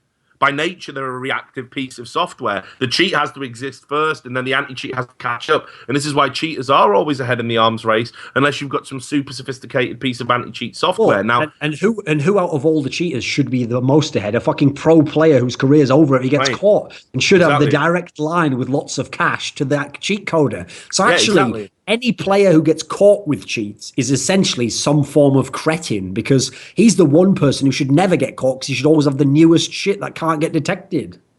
But this is the other thing as well. The idea that there aren't cheat coders out there. In fact, actually, to call them cheat coders, I think at this stage is almost a little bit derogatory and disparaging and about the level of work they do. So these are not cheat coders. Okay, a cheat coder is a guy who makes some little public fucking rage bot hack that gets caught and VAT banned in 3 months. That's a cheat coder. These are software engineers. These are software engineers, and they have a very select and small, private clientele. And typically, they're going to deal with what they're going to custom make something for one person, and that's how it is. And as long as they don't ever talk about it, you're relying on basically Valve or an ESEA or a Faceit or an ESL, you're relying on them somehow being able to outthink and mass produce a piece of software that can identify the subtle work of a hardcore software engineers. A lot of these people that make cheats, they don't exclusively make cheats, but they can make a lot of money from providing a solution for that particular problem. And these are the hardcore people. These are the people, they don't do interviews to get fame. They don't code any public hacks. They don't talk on public forums for a little bit of e-fame among the hacking community. These people are super serious about that, and that definitely exists. That's not a deranged, paranoid fantasy. That's very fucking real. And that's what I think, you know, with the amount of money that's going on now in Counterstrike, I definitely agree with you. I think perhaps one or two pros probably have relied on cheating software in the past. I definitely think what happened with the vackening probably has made a lot of people back off, and we've probably got a much cleaner scene now. But rewinding, getting back to these online qualifiers and talking about this instance in particular, how many times have we had these online qualifiers with alleged anti-cheats, and we've seen grade A bullshit results that just wouldn't happen on LAN? And if anyone criticizes it and says this needs to be looked at, the community go, you're just salty for losing, mate. Give these underdogs a chance. And again, that's because of this sort of mass psychosis of, well, if I was an underdog and I beat a pro team, I wouldn't want people to denigrate that victory. I wouldn't want people to take that away from me. But you've got to look at the fucking law of averages and say, at the very least, that game needs to be fucking scrutinized with a fine-tooth comb. And by the way, on this topic, I think I can tie the two things together.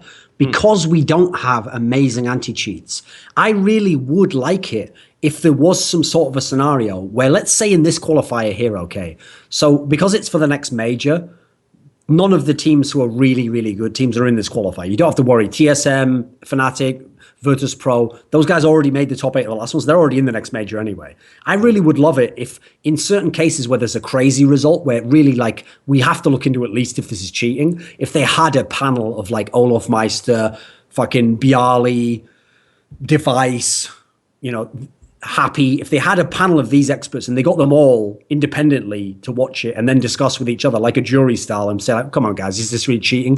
Because I think if you had enough of them spread out like that, there wouldn't be enough bias. I don't think they would fuck over the little guy if they thought it was legit. I think that'd be an extra way to add in a layer beyond this. I mean, I don't know, because there have been examples of that in the past, where the designated demo watcher, you know, I mean, we all remember when Virtus Pro, for example, or I think they were ESC at the time, and they played that team with, was it Schneider and JW and JW.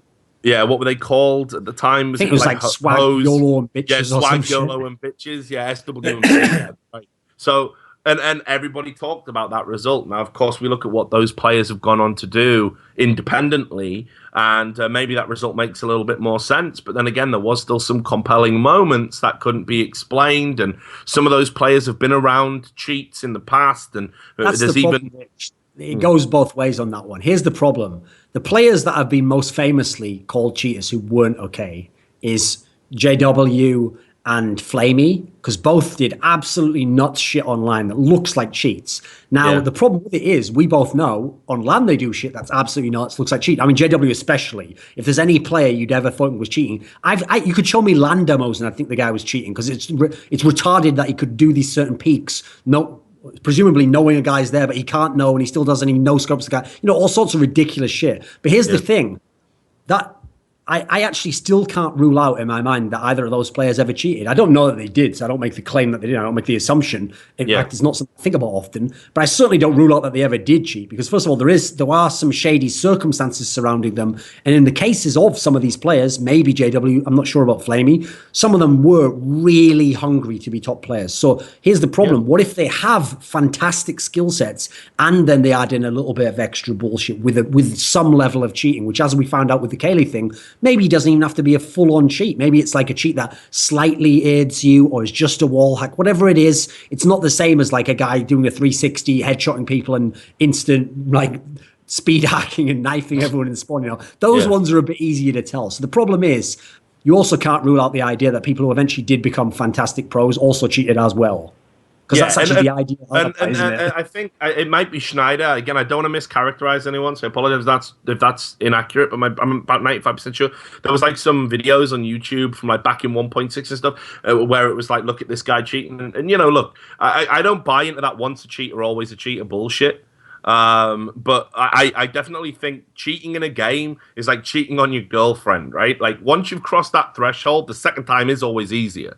Like, just fucking fact. Like, it just is. Like, well, you create this sort of mental barrier and you promise you won't cross over it, and then you do. And then you come back to the side and you go, oh, fuck, I won't do that again. Well, obviously you will. Because like, if the opportunity presents itself, it's a lot easier to do it the second time. You don't have to.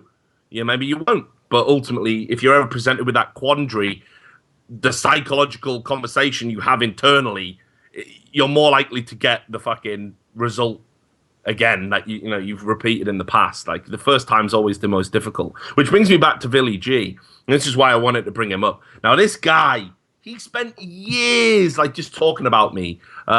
He's called like Spaghetti YOLO Nays or something on fucking which instantly should make you hate him on HLTV.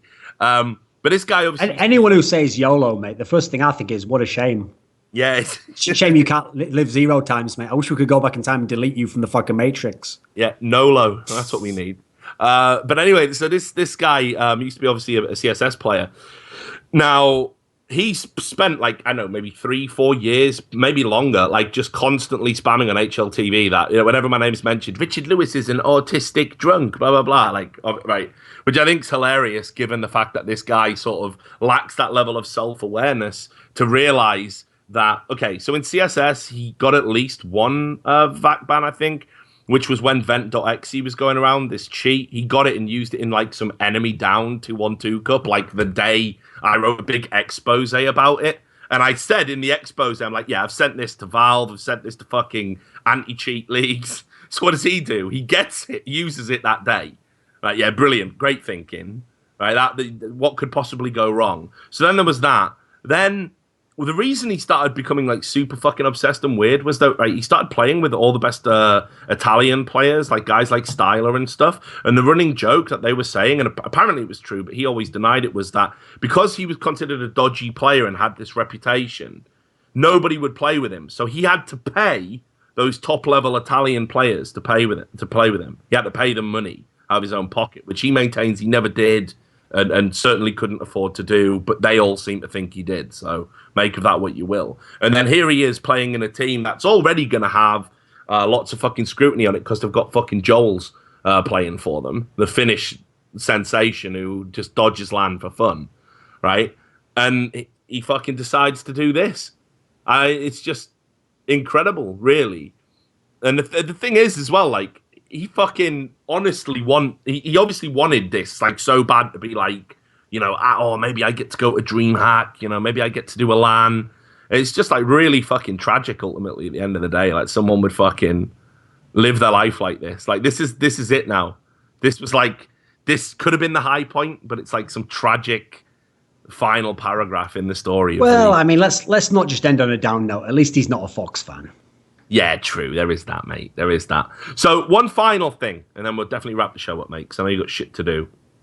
And obviously I do as well, allegedly. I'm going to walk around to this conference after this. But I just wanted to let everybody know, I don't know if you saw, Duncan, I put an article out. It was like an opinion piece, basically asking for Valve to clarify the ban status for iBuyPower, because I don't think indefinite is ever a good situation to be in. Obviously, we see Riot Games have these sort of rolling bans where you must conform and you must show improvement, or even if it's a 6-month ban, they can extend it at the end of the 6 months if you haven't shown what they deem improvement, and you'll never see what evidence they're using. It's just real weird shit. And I don't want Valve to start down that road, because I consider them, first of all, a far more positive force for gaming than Riot will ever be.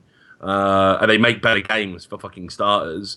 And second of all, this is a company that actually are cognizant of the need for player rights. They've done numerous things in the Dota 2 community where they've tried to step in where organizations have maybe been not doing the right thing by their players, especially ahead of the international.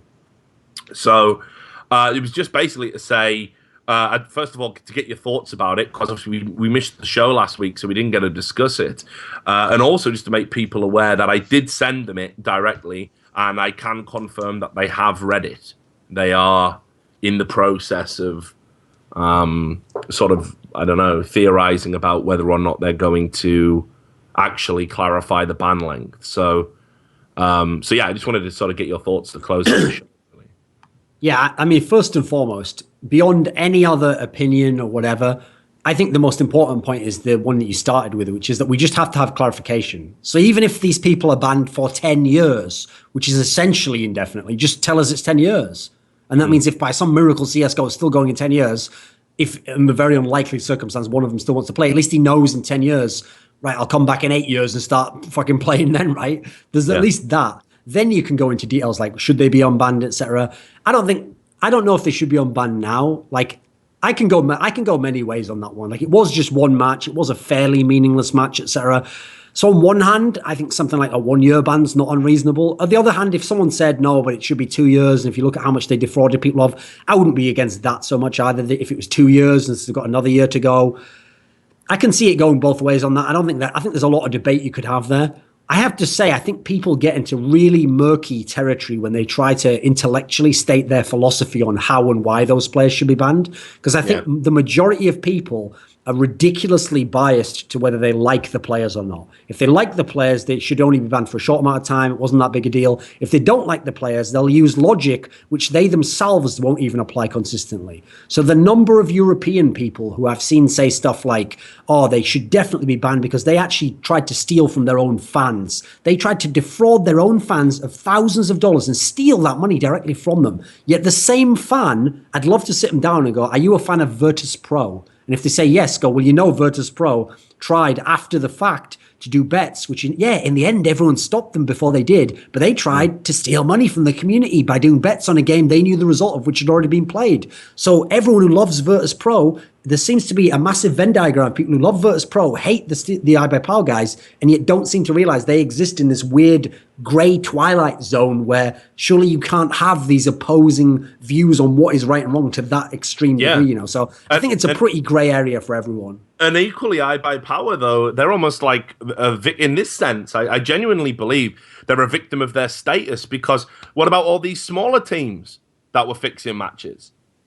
We know that there's been very strange betting patterns around UK mixed teams. I can't even remember. Was it Apson? Alson, the Polish one. Alson, that's the one. Yeah, there you go. The old memory's firing. I mean, there was talk about Killerfish, wasn't there, for a while as well, and then that got smoothed over. So, look, there's the idea that these guys are like the fucking poster boys for match fixing. That's only because they're the most high profile that actually got caught. A bunch of other people were doing it. A bunch of other people have even been caught. And yet they never get discussed about within the context of match fixing. And I've said this multiple times. If you want to make an example of somebody, that's the quickest way to a true miscarriage of justice.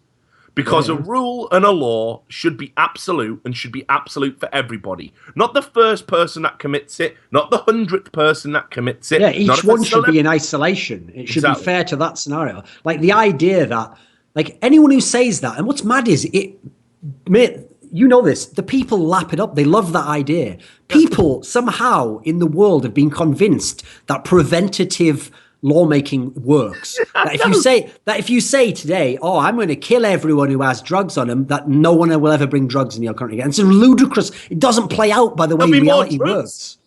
So the mad thing is, obviously, that's not going to work out in that sense. And in fact, in some sense, you put more of a premium on drugs because now you have to be more hardcore to fucking bring the things in, and then become even scarcer. So then people are even more desperate from. So the whole thing's a vicious cycle. There's also the problem, okay, that what I was trying to point there is another perspective issue, which is whether or not the people did cheat, and throw at games rather, and whether they did defraud people of money, which they did, by purposely setting it up in such a weird perspective as like they defrauded fans and they did it knowingly, and you make this huge thing as though they're so evil, and yet we can do the same thing with Virtus Pro as I just did there, but no one's doing it because they're thinking from a different perspective and not going that angle with it. I'll give you another one, okay? So remember, when Steele made these, it wasn't Steele, it was Smiths made some comments about it. And I can't remember if it was an iBad Power player, but one of them, I think, made some sort of comment to Smiths along the lines of like, oh yeah, mate, well, should we bring up when you played for your girlfriend in some online female cop game, okay? Well, that's a very valid point there. That's not throwing a game, but what if that game had betting on it? Well, he's defrauding people of their skin because they're betting thinking that girl's playing, and now it's Smith's playing, one of the I think it did have French betting on pros. it. I think this debate actually came up at the time. But my point is, on that one, that doesn't even seem like a big deal to me. Like, I myself wouldn't think, well, who cares if he just stood in for a game? But if you're going to go down that angle of trying to, like, characterize it like that, well, he knowingly tried to defraud people of skins and fuck with them and take from his own fans and stuff. Well, he's doing the same shit, isn't he? But the point is, I don't think that's a reasonable perspective you go down anyway, you know? Like, first of all, half of that knowingly shit's always ridiculous anyway. Yeah. Here's an example of just how fucking selective people were. So let's remember, right, that this story breaking was only possible because of Shazam. He was step one in collating the evidence. Shazam had a chat log that was leaked by another journalist who was a friend of his. Then when me and him spoke, if you remember, before we got the girlfriend evidence and Valve got involved, Shazam confirmed verbally 100% that a throw was going on. And do you know what people did? So first of all, they said, can't believe that. Shazam's dodgy as fuck. Can't believe that. Shazam's the kind of guy who would say it just for attention. Then, when they were proven guilty, everyone retroactively went back and said, yeah, you should ban Shazam as well. Like, why? Why? Oh, well, you know, fucking, he could have blew the whistle. You didn't believe him when he did. What's the fucking argument here? Well, the argument is Shazam wasn't a popular figure. Shazam's like, oh, you know, he speaks his mind. He trash talks people. So fuck Shazam. And that's literally... You've also brought up another issue, which is also when you go down this road, basically you're looking for people to fuck with, and you're trying to characterize everything they did as totally knowingly, almost sociopathic in how they planned it. Okay, that's another. What you're talking about here is also what people do, which is that they'll say stuff like someone who knew about it but didn't say anything, they'll be like, they're just as guilty. If anything, they're more guilty because they could have stopped this crime from happening. Like, they'll do really weird jumps of logic like that. Again, as soon as you're doing that, that's like a witch hunt mentality. You're not really looking for justice there. You're just trying to fuck with people and you're angry and you're lashing out at them. So I don't think that's a reasonable approach anyway. So in general, on the whole thing, yeah, I think we just need some clarification on it, because I think at some point, surely they're going to be unbanned. Seems ridiculous they could be banned forever. And if it's 1 year, if it's 2 years, if it's 3 years, who knows? At least we'll know at that point in time. Just to read a great comment in the chat, right, just to end the show, because I've been loving the fact that the Fox fans are so fucked. They think by brigading a Twitch channel is thanks for the views, guys. Like, come here and spam. You'll notice the moderators aren't banning you. Do it every show. This is great. This probably is the most live number we've had for this show, so thank you for that. But he does say here, RL should be fucking slave of Shazam. No one wanted ever to hire this fat fuck. All right, mate. I fucking can't wait to do a fucking major and just fucking throw shit at you. Anyway, I think we'll end the show there on that glorious sentiment. So you're going to be back to the UK very soon. So what have you got? What have you got coming up for us, content-wise? Content-wise, let me see. Yeah.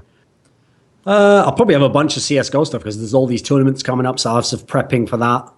What else have we got? Oh, the Worlds is coming up for League of Legends, if you give a fuck about that stuff. So probably be going hard on that the next couple of weeks because that starts at the end of the month, I think. Let me think. What else? I've just got tons of stuff in general, but it's just a cycle at the moment. We'll see. All right, well, look, I wish you a safe journey, safe travel. I'm looking forward to seeing all your content. For all the people that follow my content, yes, it's been a bit aloof at the moment, which isn't ideal because obviously we've got the Patreon in place now. Trash Talk will be going 2 days a week. Once I get back home from this journey, we're going to make sure we get the 8 per month target hit. We're going to get that new show out there. We're going to bring First Blood back. We're going to do all of that good stuff. And, of course, by the numbers will be more regular and back to its usual time slot of 8 p.m. UK. Every Wednesday. But in the meantime, thanks a lot for watching. Thanks to all the Fox fans. We love you. We love you. I don't even know how to say. Is it Viva Portugal? Oh, fuck knows. You're all right, though. You're all right. And me and Duncan are going to enjoy watching Dubai from a safe distance. Until next time, we will see you then. And until then, may all your drafts be alpha. Peace.